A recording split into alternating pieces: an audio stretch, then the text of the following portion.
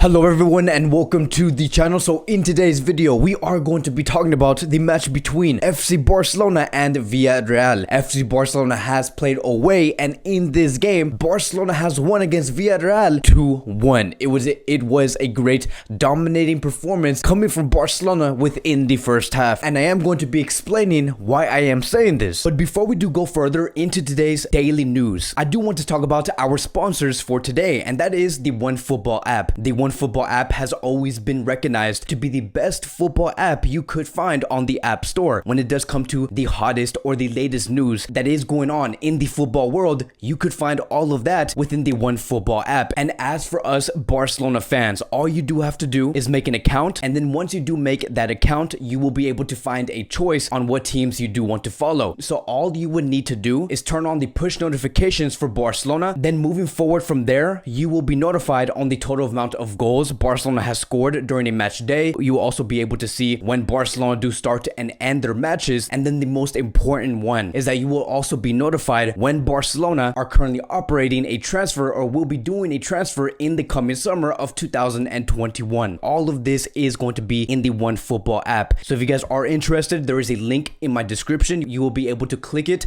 It will take you straight to the app, and then from there on you'll be able to create your own account and then follow the teams that you do want to follow. And I will also like to thank the OneFootball app for sponsoring this video and for supporting an independent creator. But now let's get back into the video. So if you guys are new here, this is basically what we do. We do talk about everything regarding FC Barcelona. If you guys are watching me for the first time, welcome to the family and let's get to it. So within this post-match review, I'm not going to necessarily talk about the whole timeline on what went on within this Barcelona game. I do want to make a few key points when it comes to the first half and the second half. So starting with the lineup. If we look at the lineup here, the Ronald Koeman has placed on the field, it is almost the exact same lineup like we did see in the previous match. The only difference that we do see here is that Serginho Dest actually started within the starting 11 and Sergio Roberto did not. He was on the bench in the previous game. Sergio Roberto did start. But if we were to look at these players and seeing how consistently these players do start under Ronald Koeman, I do believe that these are going to be the players that will be starting under Koeman for the remaining 6 games. But overall, this was a great, strong starting 11 that could get the job done, and I know that these are the players that Ronald Koeman greatly does trust. So now going into the first half. Now, the first half was very interesting, and I'm saying this because Villarreal was actually the team that brought the game to Barcelona first. They were trying to attack FC Barcelona, and it was clear that they were looking for that first early goal. And I am not surprised, right? We have talked about and we have discussed this before in the previous game that Villarreal are competing to go into the Europa League next season. And so because this team is aiming for that big goal, they do want to win against teams like FC Barcelona, and that is exactly what we did see. They wanted to win. They wanted the full 3 points. They were not settled or okay with only getting 1 point. So when it came to Barcelona pressing Villarreal, did Villarreal handle the pressure well? They did. They got away from the pressure very well when they are on the ball. When it came to Villarreal attacking FC Barcelona or counter-attacking Barcelona and going into their final third, were they doing that very well? They did. And they were attacking mainly Barcelona's left side between Jordi Alba and Longley. And Barcelona greatly did suffer, because when you do suffer, it basically means that you do not have control of the game. Barcelona against Villarreal, within those first 20 minutes, they did not have control. And so when you see a game where the opposition is attacking you, they have chances to score, and then you yourself have chances to score, this was a game where at times we saw Villarreal actually control the match, and there was a time where Barcelona were controlling the match. And when it comes to Barcelona, when it comes to Koeman's Barcelona especially, you want to be controlling the ball 100% of the time. But in the first half, that did not happen. And then as we go into the 26th minute within the game, Villarreal did score the first goal, and they were winning against Barcelona 1-0. I have no idea how this goal did happen, and I also do have no idea whether Jordi Alba was trying to slide tackle or he slipped on the field, but that was basically the reason why Villarreal found that space inside the box in order to make that goal even happen. But the defense of Barcelona was not awake at this very moment. Barcelona needed to do more, and they needed to dominate the game, which is now going to lead us to point number 1. Right after this, not even about 3 minutes later, once Villarreal did score that goal, Barcelona bounced back. Barcelona were able to make it a tie. And I do want to talk about Antoine Griezmann, because Griezmann in this game brought Barcelona leveled 1-1 on the 28th minute with a great assist coming from a player that was being critiqued in the previous game, which was Mingueza. Mingueza did assist Antoine Griezmann in order for Antoine Griezmann to chip the ball over the goalkeeper and just made that goal look extremely easy in a very difficult angle. Griezmann has yet again showed up for FC Barcelona, and then about 6 to 7 minutes later, on the 35th minute, we saw Antoine Griezmann score the second goal for FC Barcelona. And again, it was a wonderful goal. If we actually pay attention to the detail on how this goal was created, the one player that forced the ball to go into Antoine Griezmann's feet was Pedri. Pedri pressed very well. He forced Villarreal into making a mistake and passing it back, and then Antoine Griezmann received the ball and placed the ball on the bottom right corner of the goal. So here's the thing. Antoine Griezmann, a player who has been highly criticized by many Barcelona fans, he yet again brought Barcelona forward. And I know, right? I know that Antoine Griezmann was signed to be the number 9 for FC Barcelona, but when it comes to Barcelona being in difficult moments, when they need someone that can score, bring either Barcelona leveled or bring Barcelona into a 1 or 2-0 lead, Antoine Griezmann is always going to be there. He is there in very important situations. And that is all we do ask at this very moment coming from Antoine Griezmann. If this is the best that he could do, if this is the Griezmann and the final form that we are going to get within Barcelona, that is going to be absolutely okay, because there has been many occasions where Barcelona could have lost 3 points, or Barcelona could have exited away from the round of 16, or maybe the quarterfinals, or maybe the semifinals, but Antoine Griezmann was always there. He was there in the Super Cup, he was there in the Copa del Rey, and now he is showing that he can be here for La Liga. He wants to bring Barcelona the first La Liga title since 2019. But yes, it is true. Ronald Koeman did order Antoine Griezmann to act as the number 9 for FC Barcelona, which is why we did see Griezmann score 2 goals within a span of 8 to 10 minutes for Barcelona in the first half. So of course he was going to score those goals. But I do think that what really separates Griezmann from many other players who are assigned to play the number 9 is that not everyone can actually fulfill that role. Not everyone can. You cannot just put anyone and say, hey, you're going to be playing as a number 9 and you're going to be scoring goals. Not everyone can do that. Griezmann, when given the orders from Ronald Koeman, he got the job done. But these are going to be the type of games, right? These are the type of games, every time we do see Griezmann bring Barcelona forward and bring Barcelona 3 points, these are the type of games that are going to strengthen the negotiations with Barcelona in the coming summer, whether Antoine Griezmann should be continuing with this club, yes or no. There is a great side that is saying that Antoine Griezmann should be sold because Barcelona should find a better number 9. But then again, we look at these performances, we see how effective he is, and then we have to question, do we really need to let go of a player like Antoine Griezmann? And then moving on to point number 2, I do want to talk about Frenkie de Jong. Now, every time we do talk about Frenkie de Jong, I do think that the final conclusion is always going to be this. Frenkie de Jong is a gift to Barcelona's midfield. Not even the midfield, but Barcelona's starting 11. Frenkie de Jong benefits every player that is around him every time Barcelona do play a game on the field. And in this game, Frenkie de Jong was acting as an interior for Barcelona, so he was taking the number 8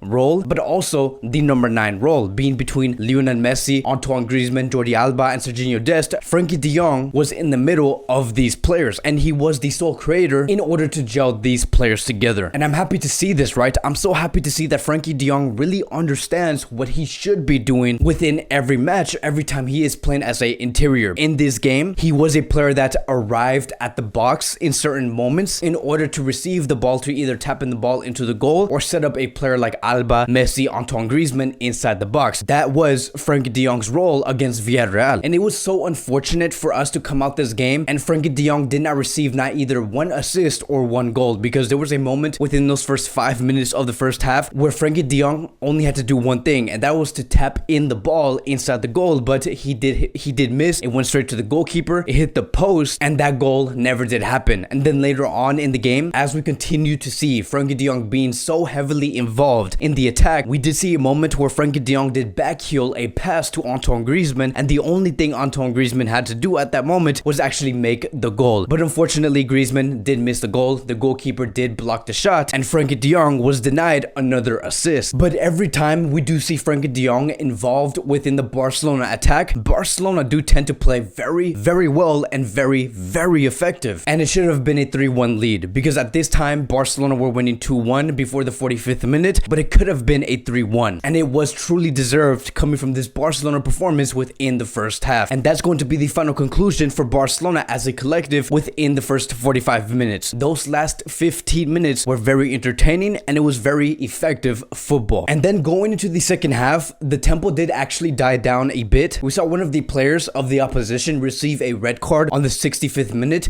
and I think that from that time moving forward all the way until the 95th minute, Barcelona should have actually taken advantage of Villarreal only having 10 men. But in this game, it did not seem like it. I do not know if the players were tired or maybe the players were convinced that they were going to come away with this game with a total of 3 points, but Barcelona needed to capitalize off of Villarreal only having 10 men, and especially when Barcelona were in a 2-1 lead. If Villarreal were to have scored just one more goal in this game, it would have been an absolute disaster. Because even though Barcelona were in a 2-1 lead in those last 15 minutes, and knowing that Barcelona needed to secure this win and score just at least one more goal in those last 15 minutes, they did not act like it. They did not act like they were in a 2-1 lead. They acted like they were winning 5-1. But overall, in the second half, not really much did happen. It just did not seem like Barcelona wanted to secure the win against Villarreal. It seemed like Barcelona did not want it anymore. And again, I do not know if the players were tired. I do not know if the players were convinced that they were going to come away very easy with a win. But at the end of the day, Barcelona got the job done. We ran away with 3 points, and Barcelona continues to show that they are a squad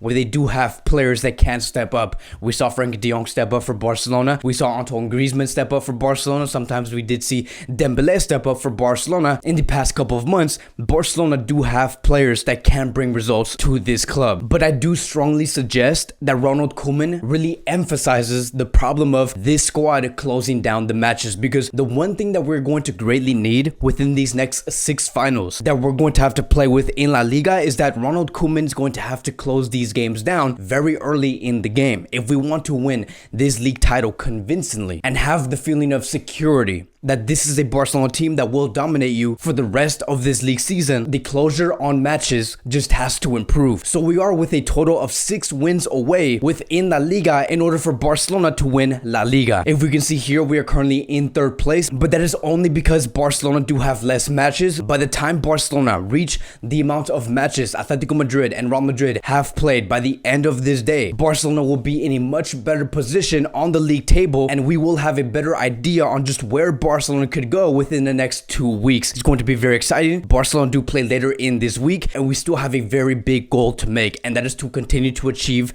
these next 3 points. But that's going to be it for today's Barcelona post-match review. Thank you guys so much for watching. If you guys are new here, welcome to the channel. Please like, subscribe, comment, and I will see you guys in the next video.